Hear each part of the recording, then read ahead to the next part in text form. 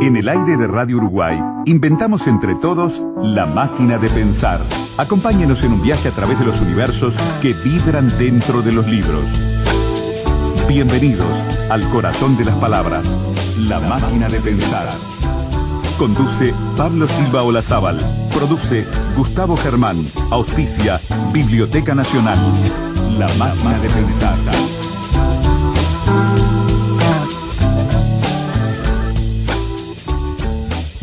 Amigos, bienvenidos a Radio Uruguay, bienvenidos a La Máquina de Pensar. ¿Cómo están? Espero que anden bien, amigos. Arrancamos ya La Máquina de Pensar hoy lunes, llamando vía telefónica a un crítico, a un experto, a un investigador teatral, para hablar, entre otras cosas, de Carlos Denis Molina. ¿Cómo estás, Jorge Dubati? ¿Qué tal, Pablo? Muchas gracias por el llamado, gracias. ¿Todo bien? Todo muy bien, muy bien. Muy contento de estar en Montevideo por el tema, digamos, del coloquio, este encuentro Denis Molina que se viene haciendo hace mucho tiempo con este grupo de la Universidad de Lille, ¿no? Que sí. Nora Giraldi con Cecilia Chantren y con Fatia Imhad, que son realmente tres investigadoras que han renovado la visión sobre este gran poeta, novelista, dramaturgo uruguayo. Hay que decir que vos sos un experto, digamos, tenés una larguísima trayectoria como experto, como investigador, como crítico teatral, como ensayista teatral, y me llamó la atención que te hubiera interesado el teatro de Carlos Denis Molina, porque hay que aclarar que este escritor uruguayo no es muy mencionado, ¿no? O sea, es alguien que murió en el 83 y quedó como una figura, secundaria de lo que sería la generación de 45. ¿Desde dónde te viene ese interés? ¿Cómo llegaste a él? Mira, yo compré hace muchos años, en uno de los viajes a Montevideo, compré una antología de Laura Escalante, donde había una obra de Carlos Denis Molina. Como nosotros damos teatro uruguayo, historia del teatro uruguayo en la Universidad de Buenos Aires, leí esa obra, Orfeo, ¿no? Una obra muy interesante, una obra muy característica de principios de la década del 50 en el teatro latinoamericano, ¿no? De reescritura de mito. Así que tenía ese conocimiento. Después, había leído algunas otras cosas, poemas, un fragmento de la novela que creo que es Lloverá siempre. Lloverá siempre, sí, Lloverá siempre. Uh-huh. Y cuando tomo contacto con este grupo de la universidad, ellos me proponen leer El regreso de Ulises, una obra que yo no conocía y que me fascinó absolutamente, ¿no? Una obra que pude ver ahora en la puesta de Sandra Macera, y que es una obra con características muy interesantes, ¿no? Típica de la modernización del teatro latinoamericano en los años 40, ¿no? Muy atravesada por el teatro simbolista, ¿no? Con lo que sería la poética del teatro simbolista, muy en la línea de Maurice Maeterlinck, de Paul Claudel, de William Butler Yeats, o sea, un teatro muy interesado por llevar a escena un paradigma teatral no realista, ¿no? Que es justamente lo que entendió muy bien la puesta en escena en la Sala Verdi de Sandra Macera, ¿no? Sí, también hay que decir, por lo menos yo la vi también a la obra, me parece que también hay un gran énfasis en el discurso poético, ¿no? O sea, hay una especie de gran distanciamiento, ese enfoque no realista que estás diciendo, pero Exacto. En el texto hay como un gran discurso poético. Exacto, lo que propone el simbolismo, simplificándolo, es que lo que uno ve en escena es enunciación metafísica del universo, digamos, es decir, lo que uno ve en el escenario no es una contigüidad con el orden social, sino la poesía entendida como enunciación de esencias, ¿no? Estamos ante un concepto del teatro como espacio espiritual, como espacio de reencantamiento del mundo, ¿no? Esto que decía Valéry, ¿no? Cuando Paul Valéry decía justamente que en el teatro era más real que la realidad, porque la realidad era un fenómeno material, concreto, inmediato. En cambio, en el teatro se encarnaban las esencias, ¿no? Y por lo tanto, había más realidad en el teatro que en la realidad, ¿no? Yo creo que eso está muy presente en la obra, y a mí me fascinó la obra por lo que dice, ¿no? Algunas de las ideas que propone la obra, tomando como pretexto el mito de Ulises, es, entre otras cosas, que el hombre es una construcción de la mujer, ¿no? El hombre es lo que la mujer sueña que es el hombre, ¿no? Sí. Es muy interesante en ese sentido dos cosas. Primero, esa idea de el rechazo de Tanis o Tana, ¿no? El personaje de Penélope, cuando llega Ulises dice, yo, vos no sos el que yo estoy esperando, ¿no? El Ulises que yo espero es el Ulises que soñé todos estos años, ¿no? Y a la vez, en paralelo, la idea de que Ulises, frente a ese rechazo de Penélope, se transforma en un fantasma, se transforma en, digamos, va perdiendo identidad, va desapareciendo, está condenado a la soledad. En ese sentido, yo creo que, evidentemente, Denis Molina conocía algunas de las teorías de Freud, ¿no? Esta idea de justamente el amado es la construcción del amado que realiza el amante, ¿no? En ese sentido la obra me encantó y también me gustó muchísimo el hecho de que la obra empieza como una típica obra simbolista y de golpe se empieza a transformar en un drama de tesis, ¿no? Creo que es muy interesante cómo Denis Molina está peleando para modernizar el teatro uruguayo en contra de lo que es la vertiente más fuerte en ese momento, que sería la realista, ¿no? Ahora, digamos, es una tragedia porque en los niveles en los que se mueven los dos, digamos, la mujer, Tanis o Tana y Ulises, jamás se van a encontrar. Uno se mueve en el nivel de los sueños o de la imaginación o de o del recuerdo construido, ¿no? Porque la memoria inventa, eso ya lo sabemos todo, e incluso la memoria inventa es una de las cosas más complejas que hay, porque uno cree que recuerda algo y ahí le dice en un momento, vos guardabas las cosas en el segundo cajón, y dice, no, yo guardaba en otro lado, y ella dice, entonces eso lo inventé.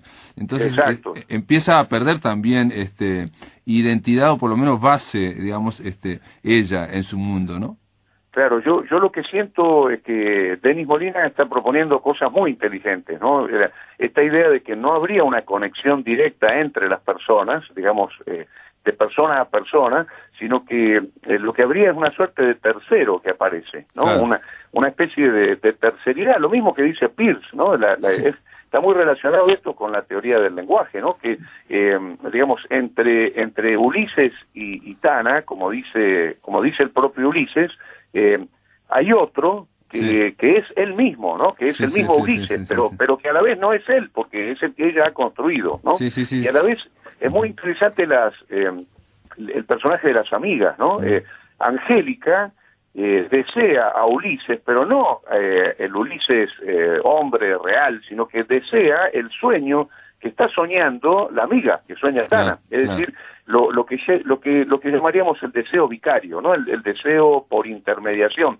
Digamos, a ella le gusta Ulises porque le gusta a Tana, por decir así, ¿no? Y Brusila, que es el personaje tal vez más interesante, más misterioso, verdaderamente ama al hombre real, al hombre material, ¿no? Que es el que la recibe en sus brazos cuando ella se desmaya, pero la terceridad la da la muerte, o sea, está condenada nuevamente a ese tercero que es la muerte, que se lleva el cuerpo amado, ¿no? Muy inteligente la obra, digamos, más allá de que de pronto pueda tener cosas de una teatralidad de otra época y que, digamos, no son, comparémoslo con lo que está pasando en el teatro actual, es muy distinto, ¿no? Pero valoro enormemente este gesto de volver sobre los grandes dramaturgos, digamos, de la tradición, del pasado, y especialmente sobre el descubrimiento de los autores olvidados, ¿no? Que creo que hay que agradecerle a estas tres profesoras que vuelvan sobre la figura de Denis Molina, porque nos invitan también a repensar todo el pasado del teatro latinoamericano, uruguayo, rioplatense, ¿no?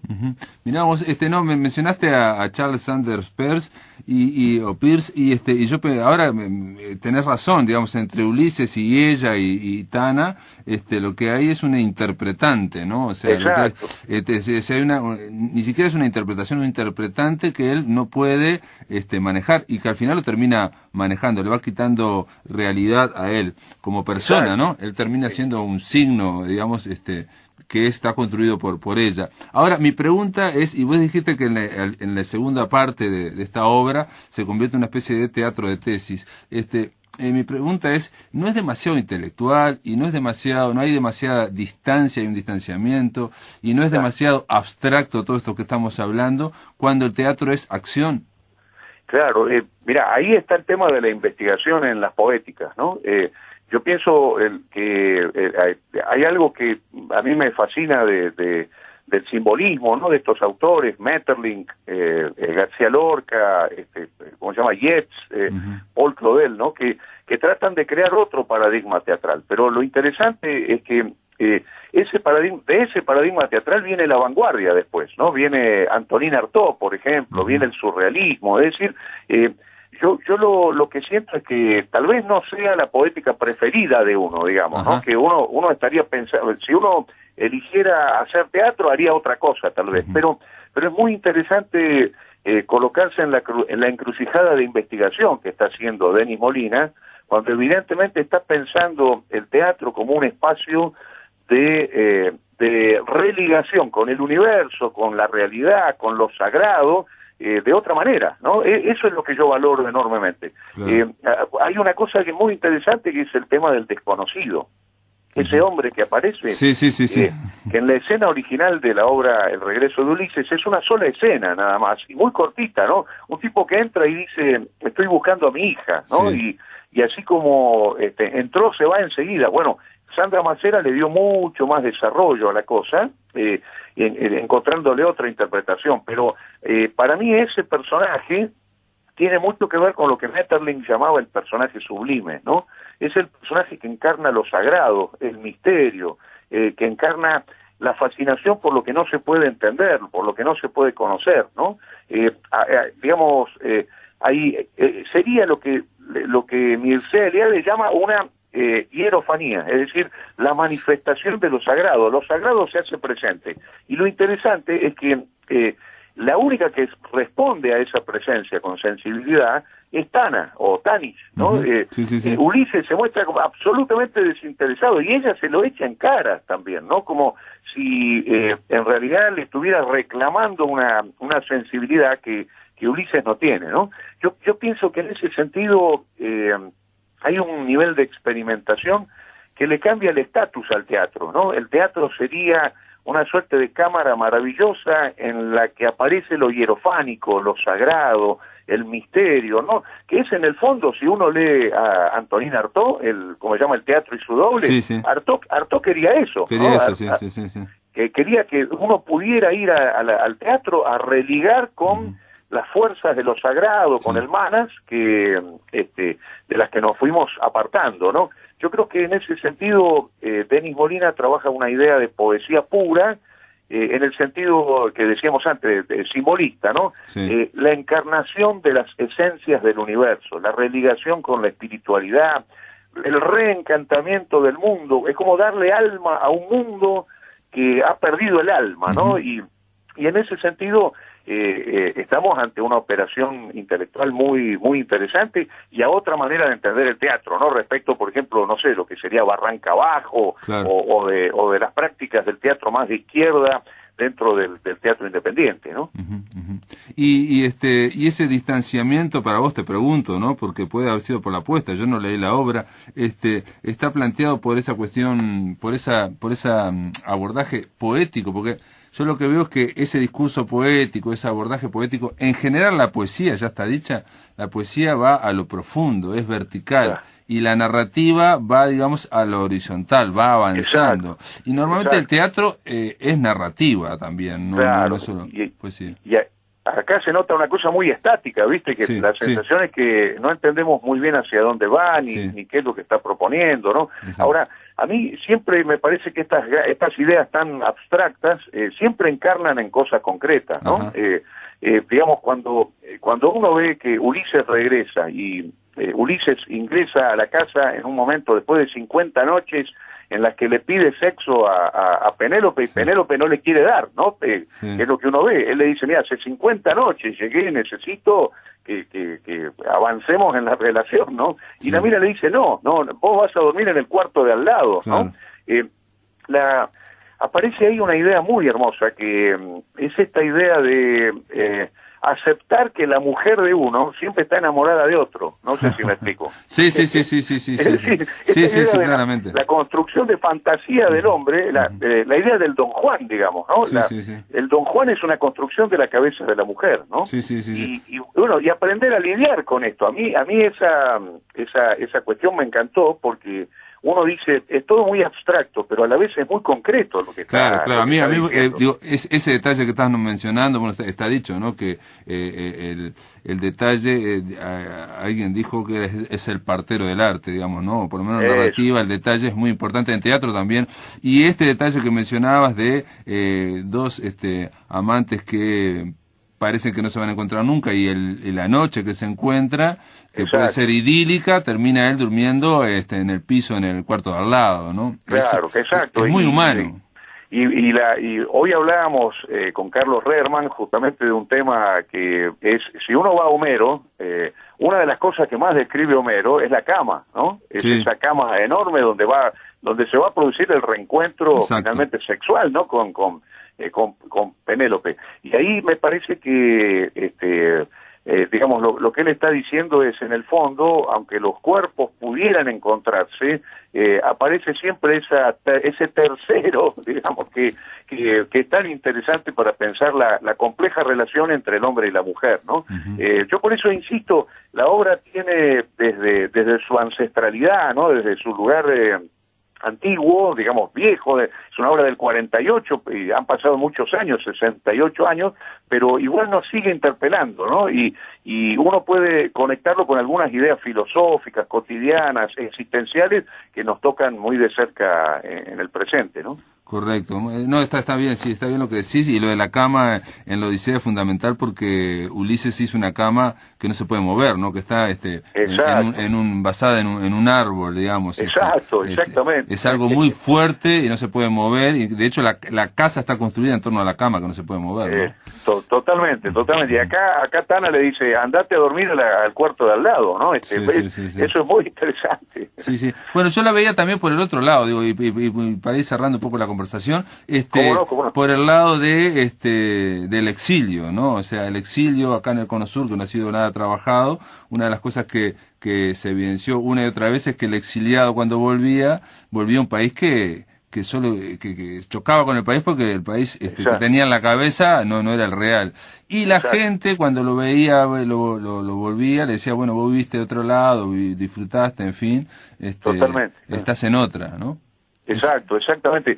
Mirá, y eso conecta con el otro encuentro que se hizo la semana pasada de las figuras del 36, ¿no? Que también organizado por la Universidad de Lille, sobre, digamos, los exiliados españoles en Uruguay, y realmente, yo creo que la obra, como muy bien decís vos, también habla de esa idea del exilio, ¿no? Porque, así como se decía que mucha gente había llegado a Uruguay desde España sin exiliarse, porque todavía no había estado, digamos, la dictadura de Franco, pero se transformaba en exiliado después, porque decidía no regresar. Claro.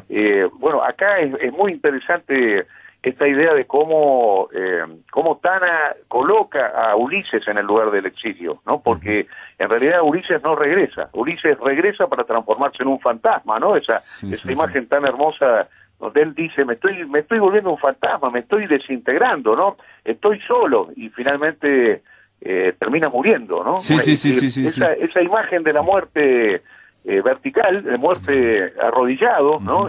Está muy bien hecha. La verdad, me alegró mucho poder ver esta apuesta, Muy bien, Jorge, te agradezco que hayas estado acá, que nos hayas cedido estos minutos en la máquina de pensar, para de alguna forma, abordar esta figura que, reitero, solamente es conocida y muchas veces se reducen las cosas, ¿viste? A etiquetas, a encasillamientos. Bueno, la figura de Carlos Denis Molina estaba, por lo menos para Uruguay, era el amigo de Onetti, el amigo de Juan Carlos Onetti, que Onetti le hizo un prólogo y que su última frase de la última novela de Onetti refleja, o fíjate que luego Onetti estaba en Madrid, escribe en el año 93 esta última novela y termina diciendo, como está escrito, lloverá siempre. Tal cual. Y nada más recomendarle a los oyentes que por favor vayan a ver la muestra dedicada Denis Molina, que está en el Solís. Correcto, Que no se la pierdan, no se la pierdan porque hay unos documentos, poemas, imágenes, críticas de Emir Rodríguez Monegal, está buenísima, realmente no se la pierdan. Muy bien, Jorge Duati, gracias por estar acá en La Máquina de Pensar, te mando un abrazo grande. Gracias, Pablo, un gran abrazo y muy amables por el llamado, gracias. Hasta luego. Amigos, continuamos después de la pausa aquí en La Máquina de Pensar. En el aire de Radio Uruguay, La Máquina de Pensar.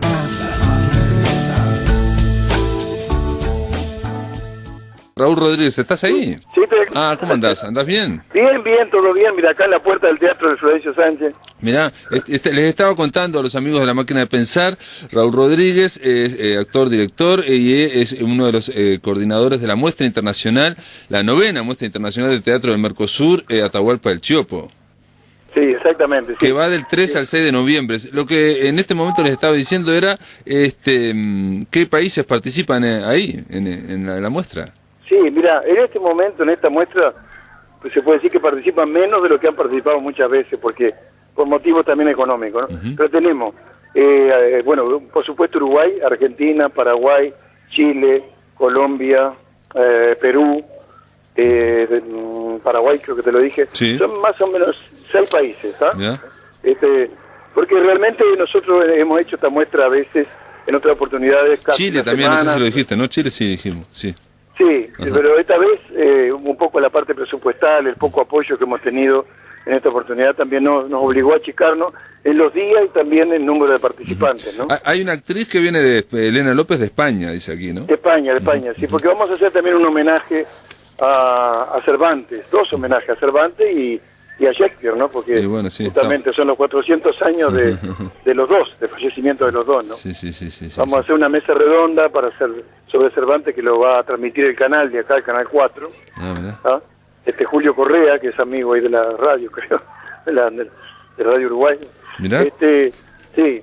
Y bueno, ahí la programación es interesante, porque a pesar de que son pocos días, comenzamos con un plato fuerte, que es Pepe Soriano, que comienza el día jueves, a las 21 horas, y bueno, tenemos que resaltar el gesto que tuvo el Pepe Soriano, porque como somos amigos, 4 días recibió el premio a mejor actor del ACE que entregan en la Argentina.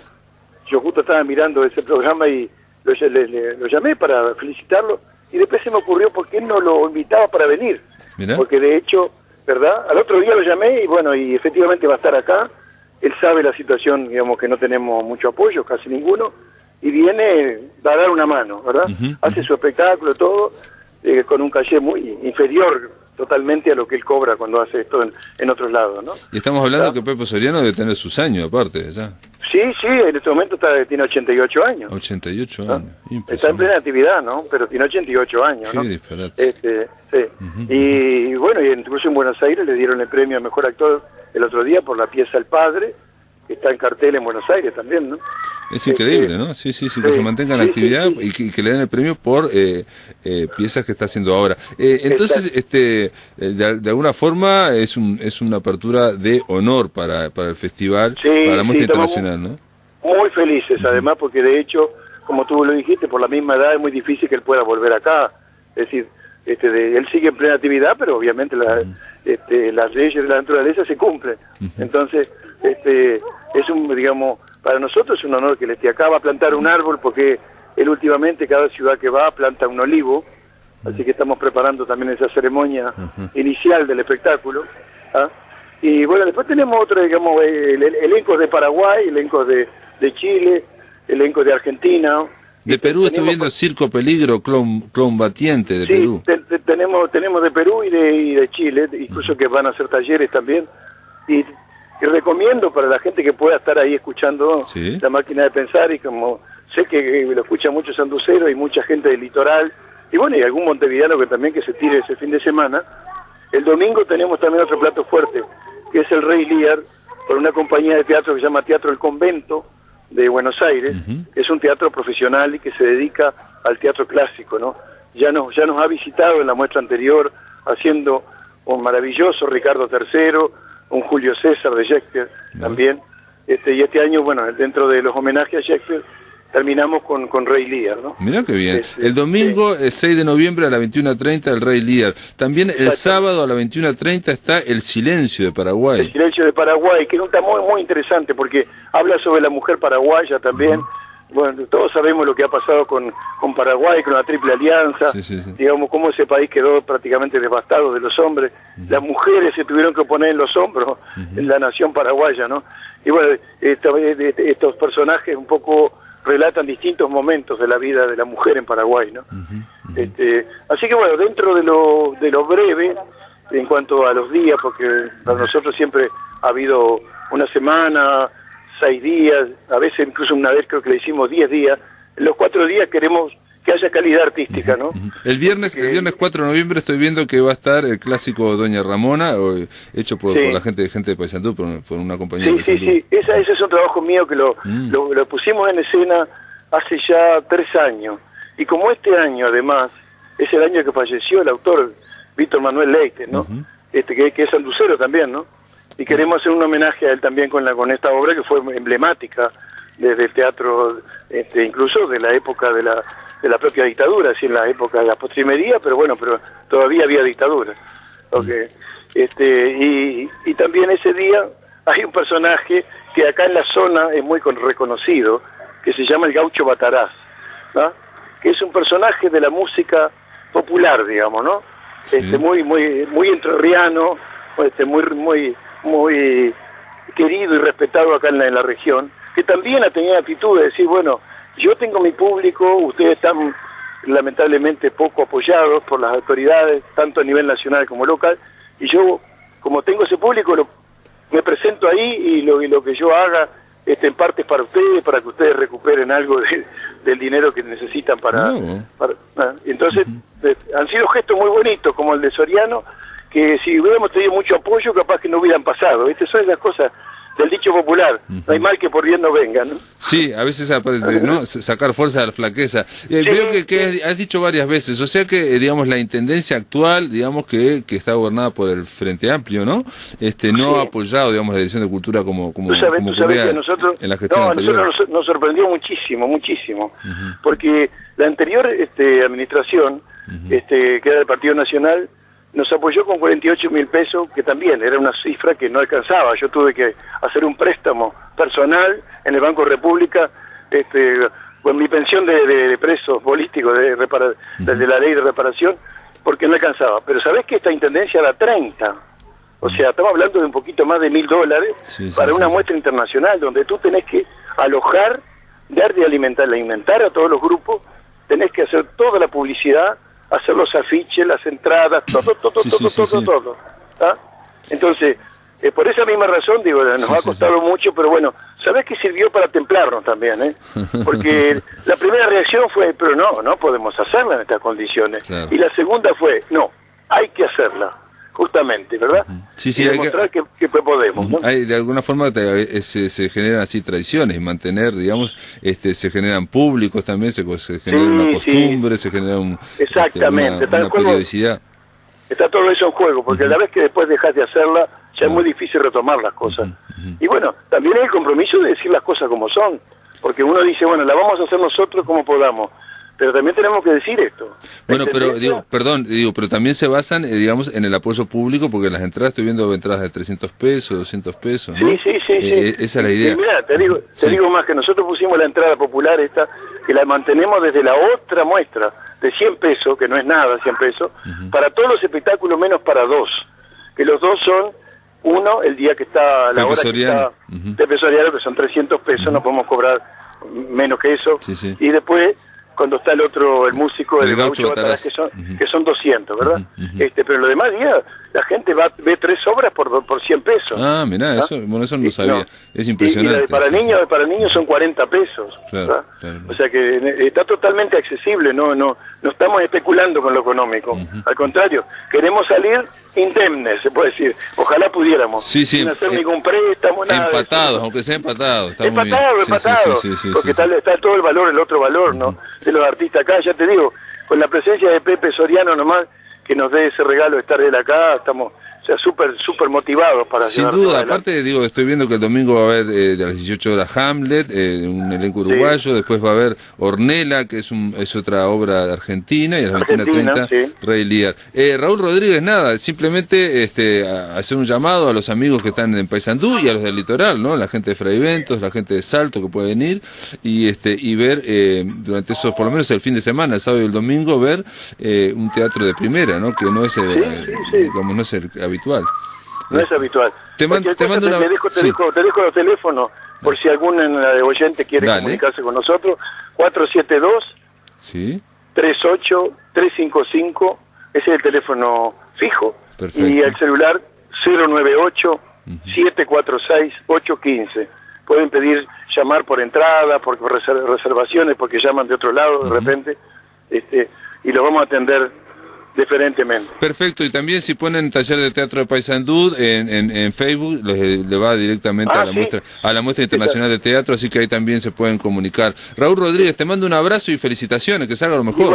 Igualmente, y aprovecho para decirte que te felicito por tu programa, que lo escucho siempre. Dale, gracias. ¿Verdad? Muy bueno, de verdad, sinceramente. Te escucho de Moscú, bueno. Que yo estaba trabajando ahora en septiembre, Moscú, estoy montando una pieza de Dino Armas allá con el elenco ruso. Mirá. Y te estaba escuchando desde allá. Impresionante lo suyo, Raúl. Bueno, te mando un abrazo grande, chao. Igualmente para ti, querido. Chao. En el aire de Radio Uruguay, La Máquina de Pensar.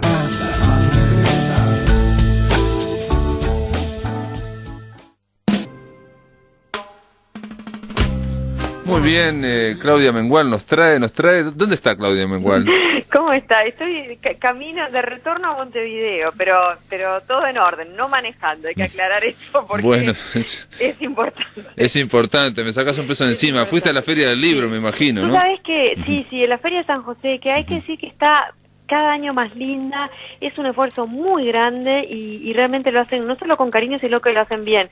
De hecho, hoy el tiempo no ha ayudado mucho hoy, pero el sábado, por ejemplo, que estuve allí, era una noche preciosa, estaba toda la gente en la calle, uno se cruzaba con los autores, una fiesta verdaderamente, y te digo la verdad que ya no es una feria digna, es una feria preciosa, o sea que vale la pena ir, vale la pena visitarla. Sí, ha ido creciendo y incluso, digo, ya los escritores argentinos van directamente, vienen de Buenos Aires. Yo entrevisté a esta escritora, ahora se me fue Rivero de apellido, Viviana Rivero, que venía especialmente para la traía Planeta, para la Feria del Libro de San José. Vos presentaste el libro. Viviana Rivero. Sí, presentamos el libro sobre periodismo cultural, lo hicimos junto a Jaime Clara y el periodista Wilson Ramírez, y bueno, y ahora sigo viaje porque voy ahora para Paysandú a presentar Cartagena, y es importante, Pablo, mira, esto lo digo y no es inocente, porque seguimos todavía muy macrocefálicos, ¿no?, con la capital, entonces la apertura hacia el interior es importante. A veces también el problema es que uno trabaja durante la semana y los fines de semana uno no da abasto, entonces yo, por ejemplo, me tuve que excusar en Durán, en Maldonado, lugares a los que hubiera querido ir, pero a veces el tiempo no da. Tiene que ver con muchas cosas también, con la profesionalización, ¿no? Si uno realmente pudiera empezar a dejar algunas otras cosas para dedicarse un poco más de lleno al trabajo literario, también se podría cubrir el interior como uno le gustaría, porque a veces no solo no llega el autor, a veces no llegan los libros, porque a veces no hay ni librerías en capitales departamentales. No, pero aparte digo, aunque lleguen los libros es importante que el autor vaya, porque se va formando público, ¿no? Muy importante, pero aparte es el interior del país y es la mitad de la población que realmente uno vive mirando del Atlántico hacia afuera, ¿no? Y tenemos el resto del Uruguay, y esto lo digo un poco como con mea culpa, ¿no? Que lo tenemos un poco olvidado, pero también en términos empresariales, porque ya te digo, es doloroso ver que hay departamentos en cuyas capitales no tienen una librería, van los valijeros desde Montevideo a llevar pedidos, ¿no? Entonces, después uno se pregunta también, bueno, ¿por qué no hay oferta? Bueno, porque tampoco se va creando ese público, porque les cuesta tanto acceder a los títulos que finalmente la gente opta o por no leer, o a veces por comprar cosas que les llegan con más facilidad de la Argentina, ¿no? Que de aquí mismo. Claro. En fin. Bueno, muy bien. ¿Qué nos trajo para la pluma y el pincel de hoy? Mira, todo este escandalete que se suscitó a raíz de la pintura de Julio de Sosa, el génesis vinculado a Mujica y a Lucia Topolansky, a mí me pareció muy interesante como reflexión, ¿no? Más allá de la calidad de la pintura, a mí me pareció una pintura respetuosa, me pareció que no era de ninguna manera ofensiva. Además, el autor, de todas las maneras posibles, dijo que había intentado hacer un halago. Me resultó un poco extraño que la desnudez siga suscitando esa cuestión ofensiva. Sí. Me decía una persona el otro día, bueno, y si a ti te pintaran desnuda, bueno, probablemente me incomodaría si fuera ofensiva la pintura, pero creo que en este caso era algo simplemente para hacer una alusión al génesis, y de hecho ensalzar a estos personajes como una especie de padres de la patria. Sí, o de creadores, ¿no? O sea, en el momento de la creación. Sí, la verdad es que yo no entendí mucho, y sí, debo decir, yo no sé bien cómo se dieron los hechos, por lo tanto me remito al objetivo. Sí me resultó fastidioso, y me parece que eso sí es serio, que haya ido un efectivo policial a pedir de manera amable, pero finalmente es la autoridad, ¿no? y quien tiene el poder, que se bajara la pintura. Yo creo que eso sí es un punto de alerta, porque eso es lo que pasaba en tiempos de dictadura. En democracia eso no debe pasar, es decir, cuando alguien se siente lesionado en su dignidad, hay mecanismos legales para recurrir, y no la fuerza pública que tiene que actuar por pedido del juez. Con lo cual, a mí esa parte sí, me rechinó un poco, y quiero pensar que fue una cosa hecha un poco a las apuradas y sin dos pensamientos, ¿no? Porque si no...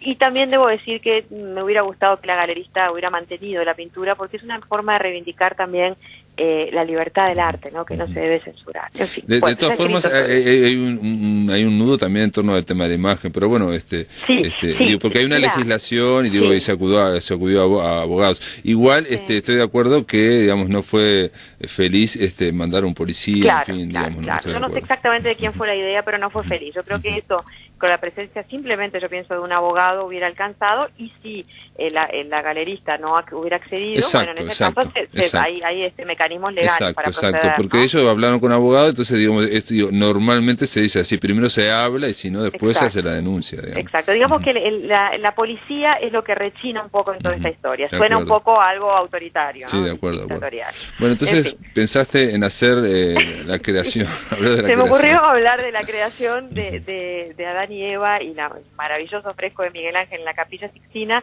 porque también vamos a hablar ahora de que esas pinturas de Miguel Ángel sufrieron su censura en su momento. Entonces yo quería hacer un rapidísimo raconto histórico para poner a la audiencia en tema. La Capilla Sixtina, que es el lugar donde nada menos se hace el cónclave, donde se elige al Papa. El Papa, sí. Exactamente, y ese es el lugar al cual uno, cuando va a visitar el Vaticano, con esas ambivalencias y ambigüedades que provoca la visita al Vaticano, ¿no? Uno siente por un lado la fascinación, y por otro lado también duele un poco la ostentación. Creo que hay que visitarlo como un museo, te diría, para... Sí, es un museo, y cuando uno va a esta Capilla Sixtina, que es tan famosa, te encontrás que, digamos, te empieza a doler el cuello, digamos. Te empieza a doler el cuello, porque además llegás después de peregrinar por una especie de laberinto en un mar humano. Cuando llegás está todo el mundo apretado, los guardias muy nerviosos para que la gente no tome fotos. Es un hecho muy impactante, pero que también estresa un poco, y creo que no se disfruta como No, yo creo que no. Yo, por lo menos, mi experiencia fue que no. Y bueno, toda la visita al Vaticano daría para hablar mucho, ¿no? Pero esas sensaciones encontradas. Pero bueno, pero la Capilla Sixtina igual es espectacular, ¿no? O sea, es espectacular. Y pensar que eso fue obra, sobre todo la bóveda, la que vamos a hablar ahora, fue obra de un hombre, ¿no? De Miguel Ángel Buonarroti. Esto fue ejecutado más o menos en 4 años, entre 1508 y 1512. El Papa Julio II había traído de Florencia a Miguel Ángel a Roma, y le había pedido que decorara la bóveda, que era azul con unas estrellas doradas, una cosa que tenía una especie de arrastre un poco bizantino. Y bueno, el Papa Julio II, que en una primera instancia lo que quería era que Miguel Ángel, que era escultor después de todo, construyera un gran mausoleo para después de la muerte del Papa, y por algunas intrigas ahí de Palacio, me atrevo a decir, un poco se corta ese proyecto, que después Miguel Ángel va a llevar adelante décadas más tarde. Entonces el Papa, en lugar del mausoleo, le pide, así como quien hace un pedidito, que le decore la bóveda de la Capilla Sixtina, que son 500 metros cuadrados, Pablo. Sí. Y Miguel Ángel lo hace solo, un poco a regañadientes, porque él era escultor, no pintor. Le costó además la técnica del fresco porque no la dominaba del todo, entonces tuvo problemas técnicos, tuvo que ir y venir, estuvo 4 años en esos andamios y plataformas cuyas marcas aún se pueden ver si uno visita la capilla y si algún guía se las muestra, y que fueron reutilizados en la década de los 80, ahora en 1980 cuando se restauró. Miguel Ángel en algunas partes tuvo que pintar acostado y en otras podía hincarse o incluso ponerse de pie, pero en cualquier caso tú imagínate para el cuerpo, las contracturas, los dolores, la pintura que le caía sobre la cara, por supuesto que su salud se vio severamente dañada, y termina con este proyecto en 1512, y después, años más adelante, le van a pedir el famoso juicio final, ¿no? Que es el que va a estar detrás del altar este. Pero con respecto a la creación de Adán, Pablo, que era la pintura que yo quería tratar hoy, dentro de esa enorme bóveda de 500 metros cuadrados, Miguel Ángel lo que hace es una división en cuadros. Hace una especie de trampantojo, si uno la ve de abajo parece como una especie de arquitectura gótica, ¿no? Claro. Y en el cuarto de esos cuadrantes, Miguel Ángel coloca el momento en que Dios está dándole la vida a Adán, no como un aliento de soplo, sino con un gesto de las manos. Esas manos que han sido repetidas hasta el hartazgo y que la hemos visto, y que si la audiencia pone atención y vuelve a buscar estas imágenes, verá que no se están tocando, no se tocan. Sí. No, es un ícono, digamos, de nuestro tiempo, digamos, lo hemos visto miles de veces, esos dedos que están a punto de tocarse, pero no, hay un espacio. Hay que ver un Adán apolíneo, ¿no? Apoyado muy cómodamente sobre una superficie sólida, y un Dios que es una representación del Dios Padre, un señor mayor con barbas blancas, vestido con una túnica, que viene en una especie de vuelo, ¿no? Muy etéreo, en un envoltorio rojo que algunos estudiosos de Miguel Ángel, que sobre todo están preocupados por ver la conexión entre Miguel Ángel y la anatomía. Miguel Ángel era un gran anatomista. Claro. De hecho, uno de sus problemas era que trabajaba con cadáveres, ¿no? Y eso le traía problemas con la justicia permanentemente. Ese Dios podría estar envuelto en algo que podría parecerse un útero, si uno lo mira a la distancia, ¿no? Un útero que incluso podría tener su cordoncito umbilical, una especie de lazo verde. Como de placenta. Sí. Ese Dios está rodeado por querubines, y bajo su brazo tiene una mujer, que es una mujer además muy fuerte, que está mirando a Adán con una especie de sorpresa y miedo, y esa mujer podría ser la Eva que más adelante Dios va a extraer, como dice el Génesis, de una de las costillas de Adán.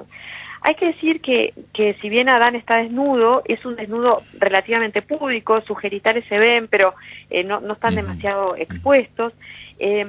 Más adelante, cuando Miguel Ángel pinte el juicio final, un papa, que no va a ser en este caso Julio II, sino el papa posterior, no recuerdo el nombre, va a pedir inmediatamente que esos desnudos sean tapados. Va a considerar que es un burdel, va a decir, esto no es un burdel, este es un lugar sacro. Y entonces se va a convocar al famoso Daniele da Volterra, que va a pasar, pobrecito, a la historia como il braguetone, ¿no? El que coloca las bragas, ¿no?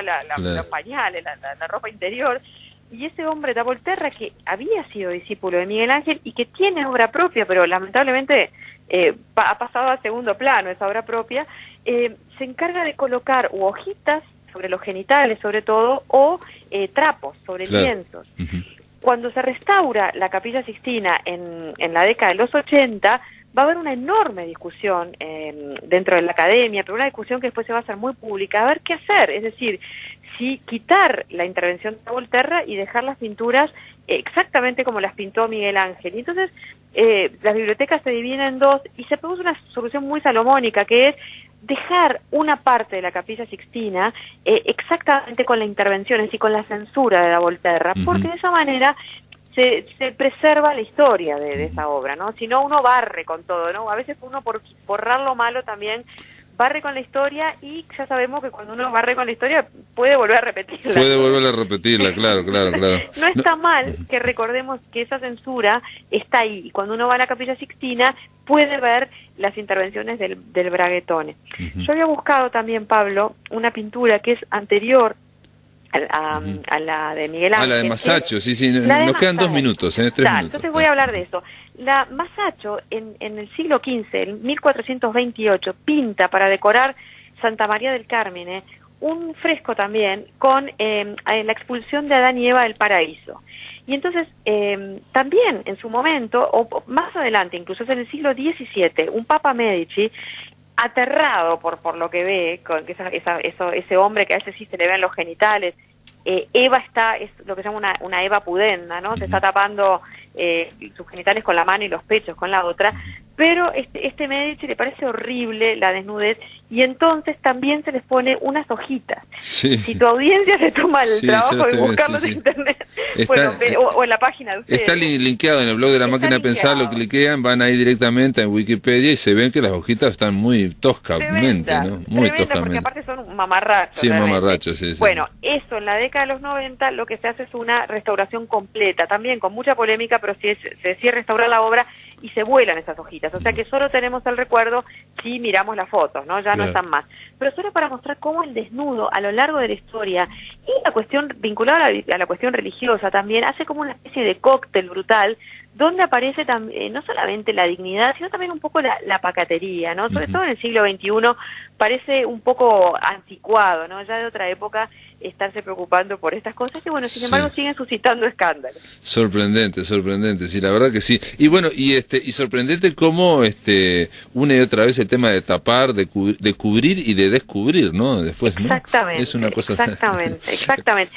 No tenemos tiempo ahora, pero por supuesto que esta pequeña columna va acompañada de lo que debería ser, ¿no? La lectura del Génesis, simplemente para hacer esa unión que hacemos siempre entre literatura, finalmente los textos bíblicos son literatura, con estas pinturas de Masaccio y Miguel Ángel. Sí, estuve leyendo que hay distintas diferencias, por ejemplo, como decís vos, en el Génesis se insufla se le da el aire, digamos, y en cambio aquí es con el dedo, o por ejemplo, Adán y Eva son expulsados y se dice que son muchos querubines, en fin, y sin embargo, por ejemplo, Masaccio y también Miguel Ángel en la expulsión ponen un solo ángel, una espada, tremendamente violento. No sabía que querubín era, por ejemplo, era plural.